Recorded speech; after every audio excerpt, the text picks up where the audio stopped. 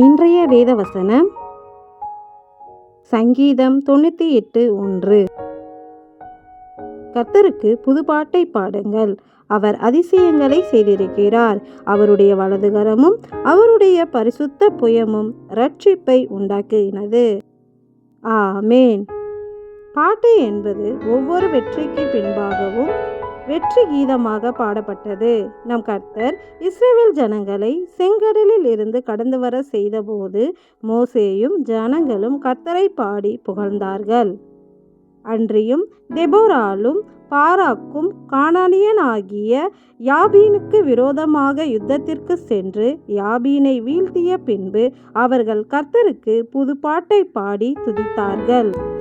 அல்லாமலும் அன்னாள் தனக்கு ஒரு பிள்ளை வேண்டும் என்று தேவனிடத்தில் விண்ணப்பித்து தேவன் அவளை கடாய்ச்சித்த பின்பு அவள் புதுப்பாட்டை பாடி நம் தேவனை துதித்தாள்.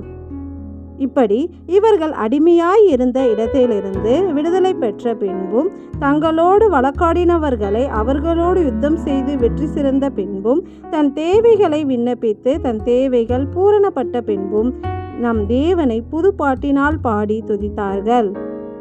எனவே நாமும் ஏதேனும் காரியங்களில் அடிமையாக இருந்தாலும் அல்லது நமக்கு எதிரே நம்மோடு வழக்காட அநேகர் நம்மை சூழ்ந்து இருந்தாலும் அல்லது நமக்கு தேவைகள் பெரிய மலை போல இருந்தாலும் நாம் கலங்க வேண்டாம். ஏனெனில் நம் தேவன் அதிசயங்கள் செய்கிறவர். அவருடைய வலதுகரமும் அவருடைய புயமும் நமக்கு இரட்சிப்பை உண்டாக்கும். எனவே அவர் நம் அடிமைத்தனத்திலிருந்து நம்மை விடுதலையாக்கி நம்மை இரட்சித்து நம் தேவைகளை எல்லாம் சந்தித்து நம்மை வெற்றி சிறக்க செய்வார். எனவே அவருக்கு புதுப்பாட்டை பாடி அவரை நாம் துதிப்போம். ஆமேன்.